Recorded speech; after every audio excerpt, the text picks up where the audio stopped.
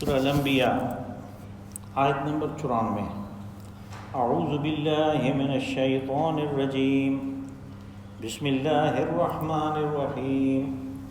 فمن يعمل من الصالحات وهو مؤمن فلا كفران لسعيه وإنا له كاتبون۔ وحرام على قرية أهلكناها أنهم لا يرجعون حتى إذا فتحت يأجوج ومأجوج وهم من كل حدب ينسلون واقترب الوعد الحق فإذا هي شاخصة أبصار الذين كفروا يا ويلنا قد كنا في غفلة من هذا بل كنا ظالمين إنكم وما تعبدون من دون الله حسب جهنم أنتم لها واردون لو كان هؤلاء آلهة ما وردوها وكل فيها خالدون لهم فيها زفير وهم فيها لا يسمعون إن الذين سبقت لهم منا الحسنى أولئك عنها مبعدون لا يسمعون حسيسها وهم فيما اشتهت أنفسهم خالدون۔ صدق اللہ العظیم۔ فمن يعمل من الصالحات وهو مؤمن فلا كفران لسعيه، تو جو کوئی بھی اچھا عمل کرے اور وہ صاحب ایمان ہو تو اس کی کوشش رائے گاہ نہیں جائے گی، ضائع نہیں جائے گی۔ وَإِنَّا لَهُ كَاتِبُونَ، اور ہم یہ سب کچھ لکھ رکھنے والے ہیں۔ وَحَرَامٌ عَلَىٰ قَرْيَةٍ أَهْلَكْنَاهَا أَنَّهُمْ لَا يَرْجِعُونَ، اور ہم نے روک رکھا ہے کسی بھی ایسی بستی کو جس کے بارے میں ہلاکت کا فیصلہ ہو گیا کہ وہ ہلاکت کے بعد واپس آ سکے۔ حَتَّى إِذَا فُتِحَتْ يَأْجُوجُ وَمَأْجُوجُ وَهُم مِّن كُلِّ حَدَبٍ يَنسِلُونَ، یہاں تک کہ جب یاجوج اور ماجوج کو کھول دیا جائے گا تو وہ ہر اونچی جگہ سے اترتے ہوئے نظر آئیں گے۔ وَاقْتَرَبَ الْوَعْدُ الْحَقُّ فَإِذَا هِيَ شَاخِصَةٌ أَبْصَارُ الَّذِينَ كَفَرُوا، تو وہ جو آخرت کے بارے میں وعدہ کیا گیا تھا، جو وعدہ حق تھا، وہ بہت قریب آ گیا۔ اور اس وقت کیا ہونا ہے کہ اس کی ہولناکی سے، اس دن کی ہولناکی سے لوگوں کی آنکھیں پھٹی کی پھٹی رہ جائیں گی۔ اور یہ وہ لوگ ہیں کہ جنہوں نے اس دن کا انکار کیا۔ یا ویلنا قد کنا فی غفلۃ من ھذا بل کنا ظالمین، تو اس وقت وہ زبان حال سے کہہ رہے ہوں گے کہ ہائے افسوس، ہم اس دن کی طرف سے غفلت میں پڑے ہوئے تھے۔ حقیقت یہ ہے کہ ہم نے خود ہی اپنے اوپر ظلم کیا۔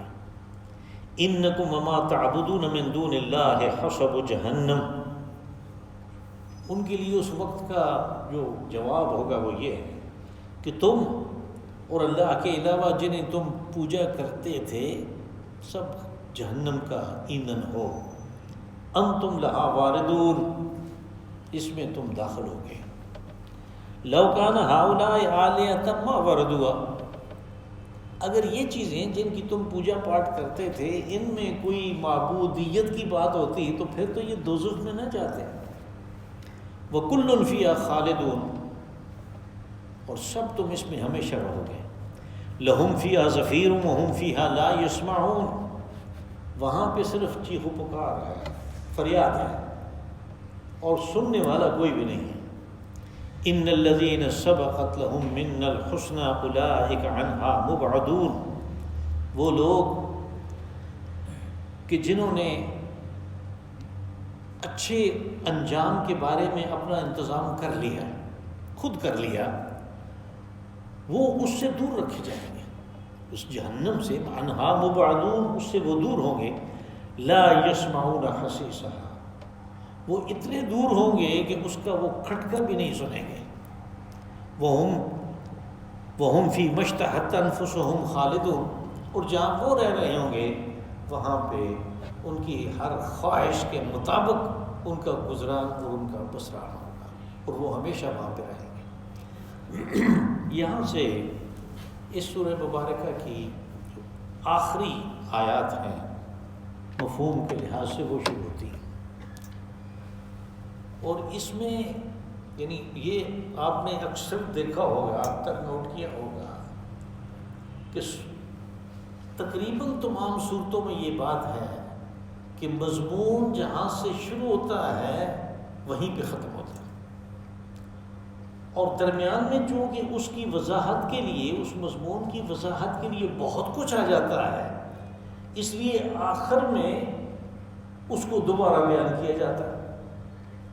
اور کوئی بھی جو اچھا مقرر ہے اس میں یہ بات ہوتی ہے کہ اس نے اتنی لمبی تقریر کی، جو بھی بات کی، آخر میں وہ اس کا خلاصہ پیش کر دیتا ہے کہ میں نے اصل میں یہ کہا، تاکہ سامعین وہاں سے کچھ لے کے جائیں۔ قرآن حکیم میں بھی یہی اسلوب چلتا ہے، بلکہ ایک ہندوستان کے مرحوم عالم تھے حمید الدین فرائی، انہوں نے تو اس کے لیے ایک باقاعدہ ایک اصطلاح ایجاد کی، اور وہ ہے عود الی البدع، یعنی آخر میں واپسی ہوتی ہے مضمون کی اس کی طرف جس سے شروع ہوا۔ بلکہ یہاں پہ تو جب اس آیت پہ ہم پہنچیں گے جو غالباً آیت کی تیسری آیت ہے درس کی، تو آپ دیکھیں گے کہ الفاظ بھی اسی طرح کے استعمال ہوئے۔ تو پہلے تو یہ بات واضح کی جو ایک اصول کے طور پہ ہے کہ جو بھی اچھا کام کرے گا وہ اس بات سے بے فکر رہے کہ میں آخرت کے لیے کام کر رہا ہوں، پتہ نہیں یہ حساب کتاب میں آئے گا کہ نہیں، پتہ نہیں یہ کوئی نیکی کا کام ہے بھی یا نہیں، پتہ نہیں اس کا کتنا وزن ہوگا۔ کہا کہ ان میں سے کسی قسم کی اندیشی کی ضرورت نہیں ہے، تمہیں اس دنیا میں جو کرنا ہے اچھا کام کرنا ہے، اور اس کے پیچھے جو اصل محرک ہے، جو اندر نیت ہے اور جو عقیدہ ہے وہ درست ہو کہ وہ مؤمن، کہ وہ ایمان والا۔ یہ بات بالکل واضح ہے کہ جس کا ایمان نہیں ہے اللہ کی توحید پہ، رسول علیہ السلام کی رسالت اور ختم رسالت پہ، اور آخرت پہ، یہ تین بنیادی ایمانیات ہیں، جس کا اس پہ ایمان نہیں ہے وہ کتنے ہی اچھے کام کیوں نہ کرے، اس کے اچھے کاموں کا اس کو اجر اس دنیا میں مل جاتا ہے۔ یہی حال اجتماعی اور انفرادی اعمال کا ہے کہ جو انفرادی اعمال ہیں اچھے، اگر ان کے ساتھ نیت درست ہے، عقیدہ درست ہے، تو وہ آخرت کے توشہ خانے میں جمع ہو گئے۔ اور اگر اجتماعی کام کیے، ایک قوم ہے پوری، اس نے ایک کام کیا، تو اس کی سزا انہیں اس دنیا میں ملتی ہے، آخرت میں فرد کا حساب ہونا ہے۔ اور اگر قوم نے اچھا کام کیا، اس کی جزا، اس کا اچھا بدلہ انہیں اس دنیا میں مل جاتا ہے۔ اور یہ تو ہمارے ساتھ ہو چکا، ہم نے بحیثیت قوم توحید میں بہت زیادہ ٹھوکر کھائی۔ قرآن پاک ہمارے سامنے ہے، اس کو دیکھا نہیں، اس کو ایک مقصد کے لیے دیکھا ہی نہیں کہ ہمارا عقیدہ کیا ہونا چاہیے۔ اگر دیکھا ہے تو صرف ثواب کے لیے، ٹھیک ہے ثواب مل گیا، عقیدہ خراب ہو گیا۔ اس لیے کہ عقیدے کے لیے جہاں جہاں مارے پھرے، انہوں نے صحیح بات نہیں بتائی، صحیح بات تو اللہ نے بتائی، اس کے رسول علیہ الصلوۃ والسلام نے بتائی۔ تو اس سلسلے میں اس قوم نے بہت زیادہ ٹھوکر کھائی۔ ان کا اصل مسئلہ، کوئی کہتا ہے تعلیم ہے، کوئی کہتا ہے ان کا مسئلہ یہ ہے، کوئی کہتا ہے اصل مسئلہ اس قوم کا عقیدہ ہے۔ اور ان میں اور دنیا کے باقی تمام مشرکین میں بہت ساری صفات ایک جیسی، تو وہ مشرک ہو گئے، ہم کیسے مسلمان اور مومن اور موحد ہیں۔ عقیدے کو پہلے درست کرنا پڑے گا، پھر عمل جو ہے اس کا نتیجہ برآمد ہوتا ہے اس دنیا میں بھی اور آخرت میں بھی۔ اس اصول کو واضح کیا کہ فَمَن يَعْمَلْ مِنَ الصَّالِحَاتِ وَهُوَ مُؤْمِنٌ فَلَا كُفْرَانَ لِسَعْيِهِ۔ کفران سے مراد بے قدری ہے۔ ہم جو کفر کہتے ہیں تو اس کے عربی زبان میں دو مفہوم ہیں، انکار اور ناشکری، یہ دونوں کے لیے استعمال ہوتا ہے۔ وہ قرآن سورۃ ابراہیم میں ہم پڑھا ہے، وَإِذْ تَأَذَّنَ رَبُّكُمْ لَئِن شَكَرْتُمْ لَأَزِيدَنَّكُمْ، کہ اللہ نے اعلان کر رکھا ہے کہ اگر تم شکر کرو گے تو میں نعمت میں اضافہ کروں گا۔ وَلَئِن كَفَرْتُمْ إِنَّ عَذَابِي لَشَدِيدٌ، ہم شکر کے مقابلے میں کفر کو لائے، یعنی ناشکری کرو گے، نعمت کی بے قدری کرو گے۔ اور ہمارے پاس سب سے بڑی نعمت ہے کیا؟ ہمارے پاس نعمت قرآن پاک ہے، جس کو ہم نے غلافوں میں لپیٹ کے رکھا۔ یہ اللہ کی سب سے بڑی نعمت ہے، اس کی طرف سے آیا، ہمیں ہر لمحہ جس چیز کی ضرورت ہے وہ یہ دیتا ہے، اور وہ ہے ہدایت۔ بس کہا کہ جس کا ایمان ہے اس کو فلا کفران لسعی، وہ جو بھی کوشش کر رہا ہے، جب اس کا ایمان ہے تو ظاہر ہے آخرت کے لیے کر رہا ہے، وہ جو بھی کوشش کر رہا ہے اس کی ناقدری نہیں کی جائے گی، اس کی ناشکری بے قدری نہیں کی جائے گی، وہ اس کا پورا پورا اجر اس کو دیا جائے گا۔ وَإِنَّا لَهُ كَاتِبُونَ، اور اس کا یہ خیال ہو کہ کہیں کوئی بھول چوک ہو گئی، میرا کوئی عمل رہ گیا، وہ حساب کتاب میں نہیں ہے، کہا نہیں، ہم لکھ رکھنے والے ہیں۔ کاتبون فائل کا صیغہ استعمال ہوا کہ ہم اس کو لکھنے والے ہیں، ہم لکھ رہے ہیں اس کو۔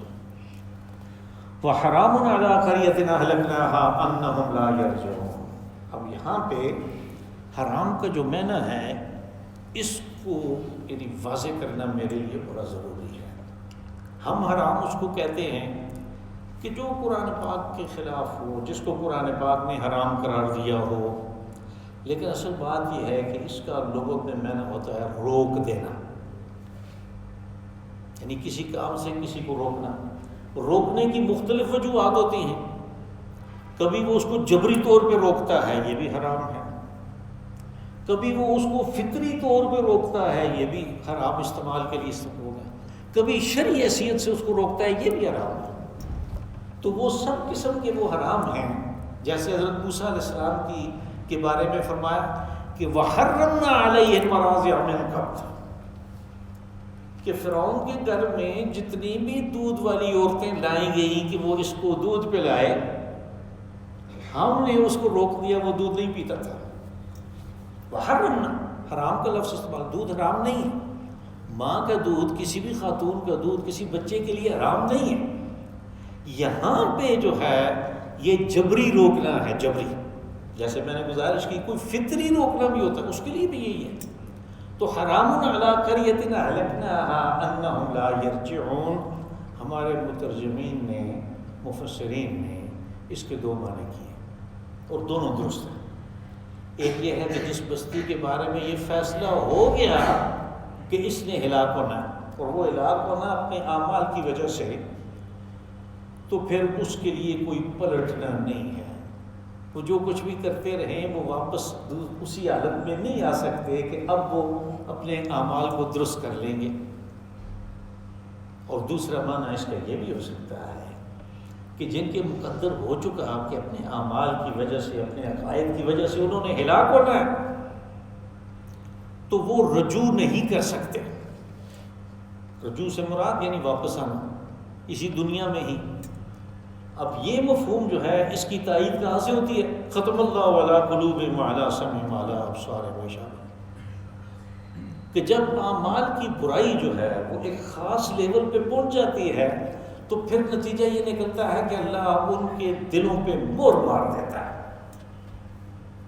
دل پہ مہر لگ گئی، آپ نے دیکھا ہوگا وہ پہلے اس طرح کا سسٹم تھا، وہ ڈاک کا تھیلا ہوتا تھا، اس کے اوپر رسی ڈال کے اوپر وہ لاکھ پگھلا کے ڈال کے وہ مہر مار دیتا تھا، اندر کی چیز اندر، باہر کی باہر، یہ مہر لگ گئی ہے۔ تو جب دل کے اوپر مہر لگ گئی تو اس کے اندر جو غلط عقائد تھے وہ اندر ہی رہ گئے، جو غلط منصوبے تھے وہ اندر ہی ہیں، جو بغض ہے، جو عناد ہے، جو کینہ ہے، جو دشمنی ہے، وہ ساری کی ساری اندر رہ گئی، جو شرک ہے، جو بدعات ہے، وہ اندر رہ گئی۔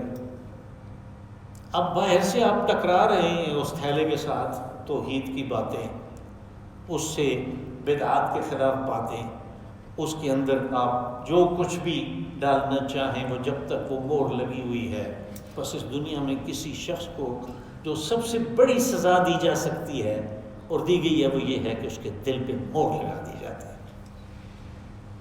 اور اس کے کانوں پہ بھی مہر لگا دی جاتی ہے، اور اس کی آنکھوں پہ پردہ پڑا ہوا۔ کان جو ہیں ان کو حقیقت پہنچتی ہے، وہ اس حقیقت کو پروسیس نہیں کرتا اندر دماغ میں۔ آنکھ دیکھتی ہے، وہ مشاہدہ اس کے کسی کام نہیں آتا۔ تو یہ سب سے بڑی سزا ہے۔ یہ آیت جو ہے اسی چیز کی تائید کر رہی ہے کہ فلا یرجعون، وہ رجوع نہیں کر سکتے، وہ واپس نہیں آ سکتے، وہ پلٹ نہیں سکتے اپنے عقیدے کے اعتبار سے جن کے بارے میں یہ فیصلہ ہوا، اور یہ فیصلہ اس لیے ہوا کہ ان کے اعمال ایسے تھے، ان کے قائد ایسے تھے۔ حتی اذا فتحت یأجوج ومأجوج وهم من کل حدب ینسلون، حدب کہتے ہیں اونچی جگہ کو، اور سخت جگہ کو بھی حدب کہتے ہیں۔ تو کہا کہ یہ سلسلہ جاری رہے گا، یہ دونوں اصول کہ کسی کا کوئی عمل رائے گا نہیں جائے گا، اور یہ کہ جس کے بارے میں فیصلہ ہو گیا کہ اس نے ہلاک ہونا ہے وہ رجوع نہیں کر سکتا۔ کہا یہ سلسلہ اس وقت تک جاری رہے گا کہ جب قرب قیامت میں یاجوج و ماجوج کو کھول دیا جائے گا۔ فتحت کا لفظ استعمال ہوا، فتح کہتے ہیں کھولنے کو، فتح الباب، دروازہ کھل گیا، فتحت ان کو کھول دیا جائے گا۔ اب یہ آپ یوں سمجھ لیں یاجوج و ماجوج ان کا تذکرہ پہلے بھی آ چکا سورۃ کہف میں، یہ انسانوں میں سے ہیں، جنات میں سے ہیں، یہ بات ہمیں واضح نہیں ہوتی۔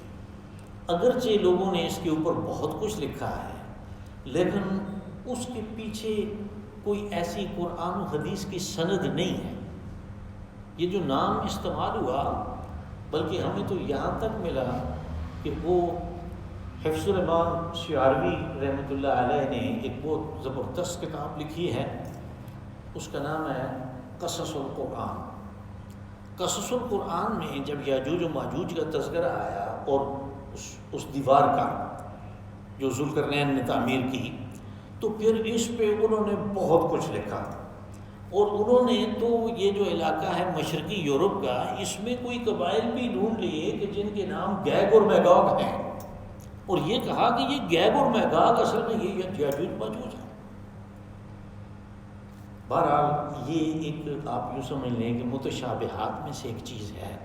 قرب قیامت میں یہ کوئی اس قسم کی قوم آئے گی جس کے بارے میں حدیث رسول صلی اللہ علیہ وسلم میں یہ بات آئی کہ جب وہ لوگ کسی دریا پہ پہنچیں گے تو وہ اتنا پانی پئیں گے کہ وہ دریا کو خشک کر دیں گے،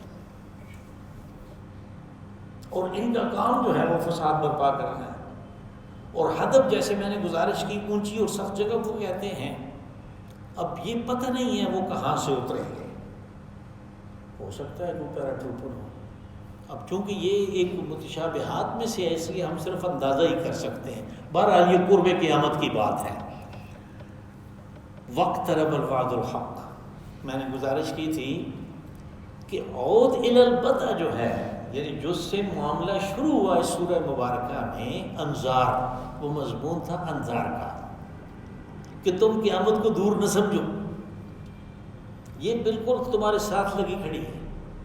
تو وہاں پہ یہی الفاظ استعمال ہوئے، اقترب للناس حسابهم وهم فی غفلۃ معرضون، کہ لوگوں کا حساب تو قریب آ گیا ہے اور وہ غفلت میں پڑے، اور معرضون ساتھ میں غفلت میں تو ہیں، ان کو جھنجھوڑنے کے لیے جب کوئی آتا ہے تو وہ اس کی طرف توجہ ہی نہیں دیتے، منہ موڑ لیتے ہیں، اعراض کرتے ہیں۔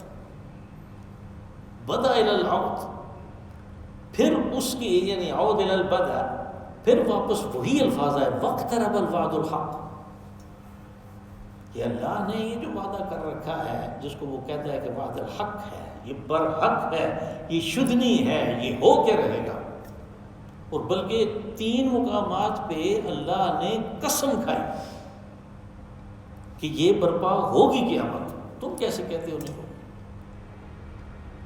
سورہ یونس میں کہا کہ قل ای وربی انہ لحق وما انتم بمعجزین، کہ قسم ہے میرے رب کی یہ ہو کے رہے گا، یہ آئے گی۔ اسی طرح سورہ سبا میں ہے اور سورہ تغابن میں ہے، اللہ نے 3 دفعہ قسم کھائی ہے کہ میں قیامت برپا کروں گا، اور اس کے وہ دلائل دیے۔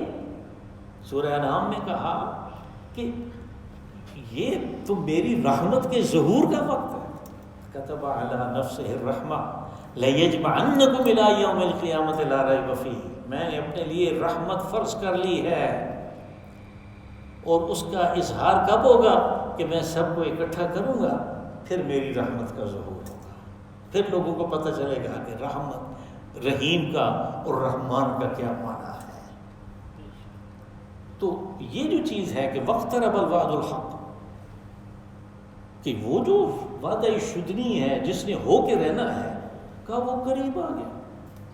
اب یہ بار بار یہ چیز کیوں کہی جا رہی ہے؟ اس لیے کہ جو مکہ کے کفار تھے، اور یہ چیز پھر انسانوں میں موجود ہے، آج بھی یہ چیز موجود ہے، ان کا عقیدہ قیامت کے انکار کا نہیں تھا، بلکہ ان کا عقیدہ استبعاد کا تھا، یعنی وہ منکر نہیں تھے، وہ کہتے تھے، وہ کہتے آئے ہیں پہلے جو نبی تھے اس قسم کے برگزیدہ لوگ تھے، انہوں نے کہا تو ہوگی، لیکن اس نے ہونا لاکھوں کروڑوں سال بعد ہے، تو اپنے آج کو کیوں خراب کریں اس کے لیے؟ یہ استبعاد کا نظریہ تھا، وہ اس کو بعید سمجھتے تھے۔ ان کو بار بار کہا جا رہا ہے کہ اقترب للناس حسابہم، حساب سر پہ کھڑا ہے، تو تم کیسے اس کی طرف سے غفلت میں پڑے ہوئے ہو؟ یہاں پہ پھر کہا کہ واقترب الوعد الحق فَإِذَا هِيَ شَاخِصَةٌ أَبْصَارُ الَّذِينَ كَفَرُوا، کہا کہ وہ وقت جب قریب آئے گا، سور پھونکا جائے گا، تو پھر لوگوں کی آنکھیں پھٹی کی پھٹی رہ جائیں گی۔ یعنی آدمی جب حیران ہوتا ہے، بہت زیادہ ششدر رہ جاتا ہے، تو اس کی آنکھ جو ہے وہ چھپکتی نہیں ہے، وہ اس چیز کو دیکھتا ہی رہ جاتا ہے کہ جس کے ذریعے سے یہ دہشت آئی ہے۔ اور اس کے بارے میں یہی الفاظ سورہ ابراہیم میں بھی استعمال ہوئے کہ وہاں پہ بھی یہی کہا کہ وہ دن جو ہے اس میں لوگوں کی آنکھیں، اس کی جو حیرانگی ہے، اس کی جو دہشت ہے، اس کی وجہ سے ان کی آنکھیں پھٹی کی پھٹی رہ جائیں گی، وہ نظر جدھر ہوگی ادھر ہی ٹک جائے گی، شاخصۃ الابصار۔ لیکن یہ کن کے ساتھ ہوگا؟ الذین کفروا، جنہوں نے اس کا انکار کیا یا اس کو بعید سمجھا۔ یا ویلنا قد کنا فی غفلۃ من ھذا بل کنا ظالمین۔ اب یہ زبان حال سے وہ کہہ رہے ہیں، اس لیے کالا یا کالو اس میں استعمال نہیں ہوا، یعنی ان کی زبان حال سے ان کا حال یہ کہہ رہا ہوگا کہ ہائے افسوس، قد کنا فی غفلۃ من ھذا، کہ یہی دن ہے جس کی طرف سے ہم غفلت میں پڑے ہوئے تھے، ہم غافل تھے، بل کنا ظالمین، اور یہ غفلت کر کے ہم نے کیا کیا؟ ہم نے اپنے اوپر ظلم کیا، حد سے تجاوز کیا، اپنی تباہی کا، اپنی بربادی کا سامان ہم نے کیا۔ انکم وما تعبدون من دون اللہ حسب جہنم، ان کا جو زبان حال سے جو چیز بیان ہو رہی ہے اس کا جواب آیا، کہا کہ تمہارا عقیدہ خراب تھا، تم اور جن کی تم پوجا پاٹ کرتے تھے، وما تعبدون من دون اللہ، اللہ کے علاوہ جن کی تم پوجا کرتے تھے، جن کی تم عبادت کرتے تھے، جن کے نام کی دیگیں پکاتے تھے، جن کے ڈنڈوت کرتے تھے، وہ دونوں، تم بھی اور وہ بھی، وہ دوزخ میں جائیں گے۔ اب یہاں پہ لفظ ما استعمال، انکم وما تعبدون، عربی زبان میں ما جو ہے یہ بے جان کے لیے استعمال ہوتا ہے، اور اگر جاندار ہو تو اس کے لیے من کا لفظ استعمال ہوتا ہے۔ یہاں پہ بے جان کے لیے جو لفظ ما استعمال کر کے یہ بتایا کہ یہ بات ان بتوں کی ہو رہی ہے، اصنام کی بات ہو رہی ہے جو پتھر اور لکڑی سے اور مٹی سے تیار کیے جاتے تھے۔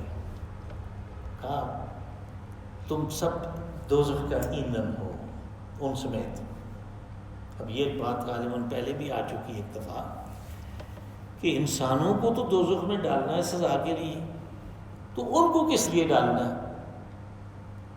ان کو ڈالنا ہے دوزخ میں انہی انسانوں کی تذلیل کے لیے کہ دیکھو ان کا حال، جن کو تم معبود بنائے رکھا تھا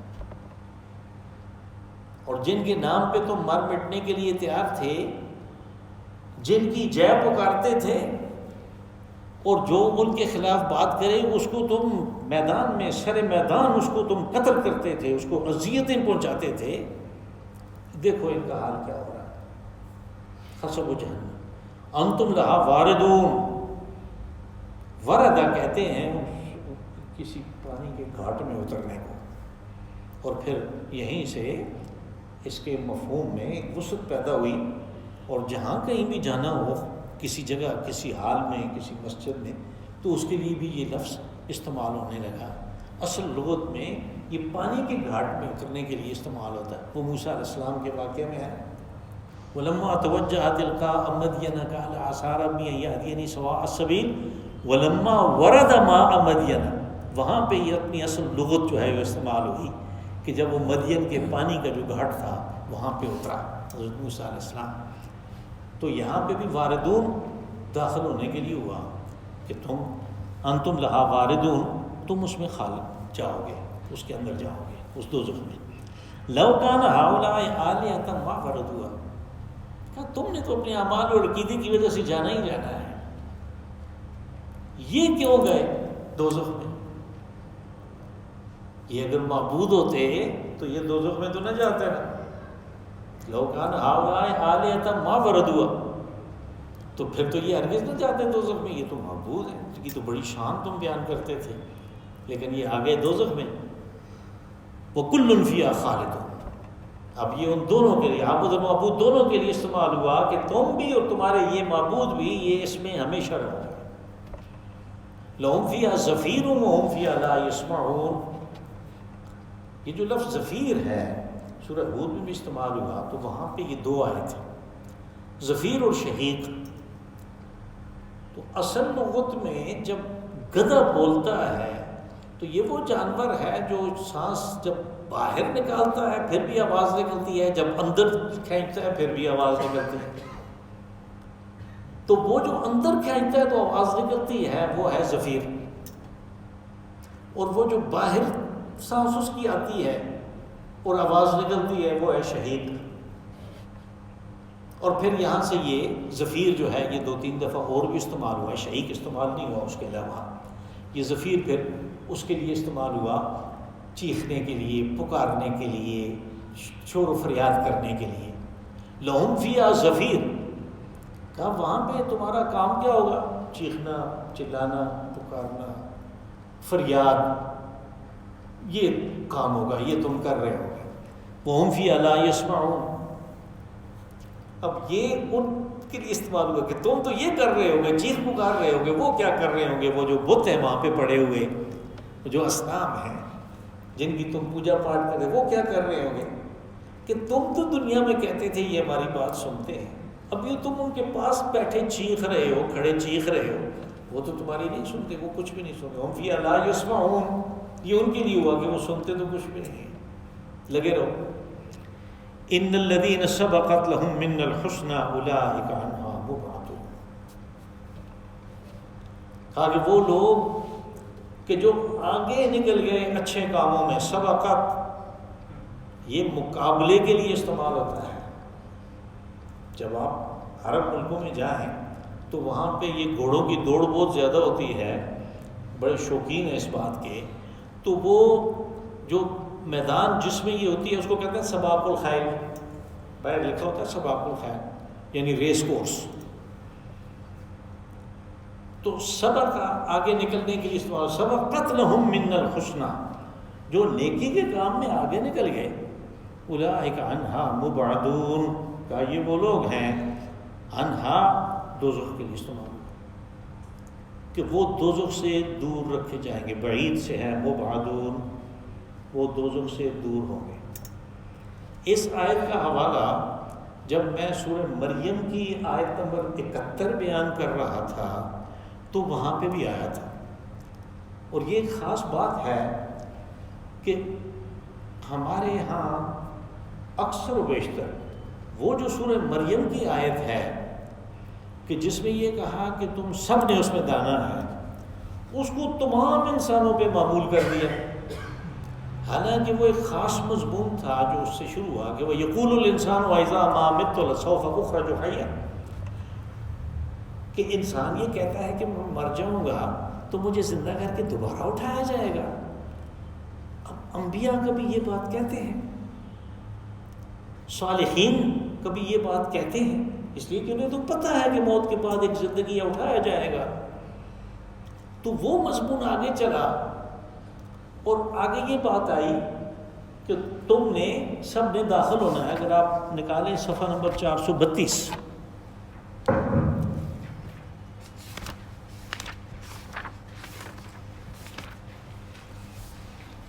اس میں یہ آخری آیت ہے وَإِن مِّنكُمْ إِلَّا وَارِدُهَا كَانَ عَلَىٰ رَبِّكَ حَتْمًا مَقْضِيًّا، کہ تم میں سے کوئی بھی ایسا نہیں ہے کہ جو اس دوزخ میں داخل نہ ہو،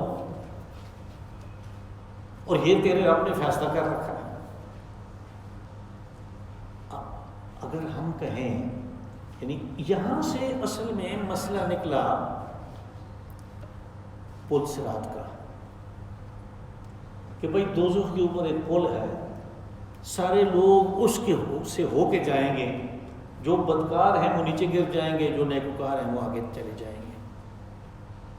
اب مسئلہ یہ ہے کہ کیا انبیاء صلحاء اس قسم کے لوگوں نے بھی وہاں پہ جانا ہے؟ پہلی چیز یہ ہے کہ آپ یہ نوٹ کر لیں کہ اگر کسی آدمی کا یہ عقیدہ نہیں ہے کہ نہیں ایسے نہیں ہو سکتا، یعنی وہ پل صراط کو تسلیم ہی نہیں کرتا، تو کوئی عیب کی بات نہیں ہے، اس لیے کہ یہ ہمارے جو بنیادی عقائد ہیں، جو ایمانیات ہیں، اس کا حصہ تو ہے نہیں ہے. اور پھر یہ اس عالم کی بات ہے جو متشابہات میں ہے، اس عالم کی بات ہے.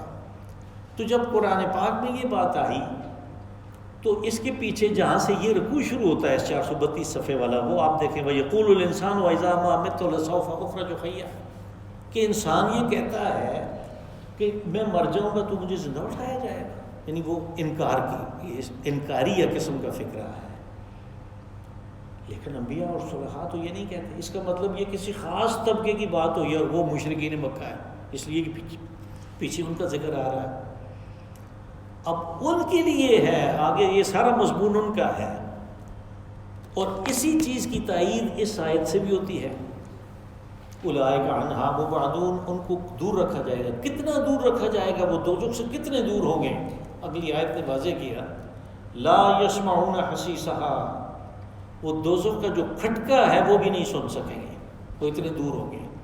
وہ کھٹکا جو ہے، اس کے اندر جو چیخ و پکار ہو رہی ہے، جو وہ شعلے جو ہیں وہ پکار پکار کے لوگوں کے نام پکار پکار کے، جیسے حدیث رسول میں آیا صلی اللہ علیہ وسلم، وہ اس کا کھٹکا بھی نہیں ہوگا. وہاں پہ ان کو یہ چیز نہیں سنائی دے گی، وہ اتنے دور ہوں گے. اولئک عنہا مبعدون لا یسمعون حسیسها وهم فیما اشتہت انفسهم خالدون.